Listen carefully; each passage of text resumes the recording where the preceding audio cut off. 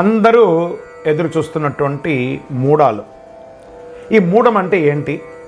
అసలు మూడంలో ఏం చేయాలి, ఏం చేయకూడదు, మూడం ఎప్పుడు వస్తుంది, ఏ గ్రహం మీద ఉంటుంది అని అంటే గురు మరియు శుక్ర మౌఢ్యాలు ప్రవేశిస్తున్నాయి.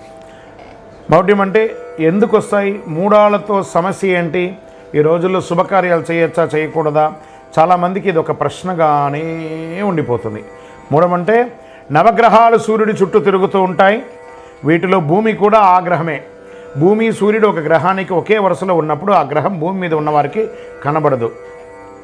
దీన్నే అస్తగత్వం లేదా మూడం అంటారు. సరే, గురు మూడం, శుక్రమూఢ్యం. గ్రహాలకు రాజు సూర్యుడు. సూర్యుడికి అత్యంత సమీపంలో ఏ గ్రహమైన వస్తే ఆ గ్రహం తన శక్తిని కోల్పోతుంది.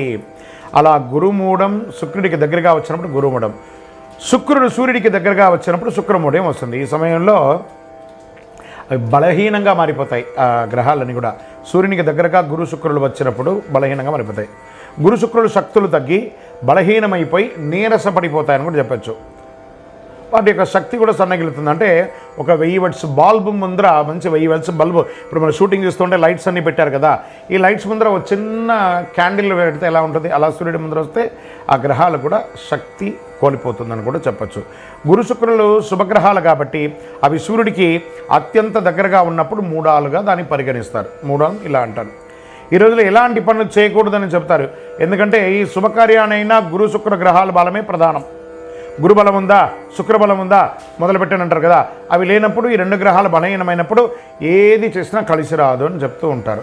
మూడంలో ఏ కార్యక్రమాలు నిర్వర్తించకూడదంటే శుభగ్రహాలు గురు శుక్రులు బలహీనంగా ఉన్నప్పుడు. కాబట్టి మూడాల్లో వివాహాది శుభకార్యాలు, ఉపనయనాలు, గృహప్రవేశాలు, భూమి పూజలు, శంకుస్థాపన నిషిద్ధం. పుట్టు వెంట్రుకలో తీరాదు, ఇల్లు మారకూడదు. సరే, మూడాల్లో ఏమేమి చేసుకోవచ్చు అంటే అన్నప్రాసనం చేసుకోవచ్చు, ప్రయాణాలు చేయవచ్చు, ఇంటి రిపేర్లు చేసుకోవచ్చు, భూములు కొనడం, అమ్మడం, అగ్రిమెంట్ చేసుకోవడం, ఇవన్నీ చేసుకోవచ్చు. నూతన ఉద్యోగాల్లో కూడా చేరవచ్చు, విదేశాల్లో ఉద్యోగం కోసం వెళ్ళొచ్చు, నూతన వాహనాలు కొనవచ్చు, నూతన వస్త్రాలు కూడా కొనుక్కోవచ్చు, ఇవన్నీ చేసుకోవచ్చు.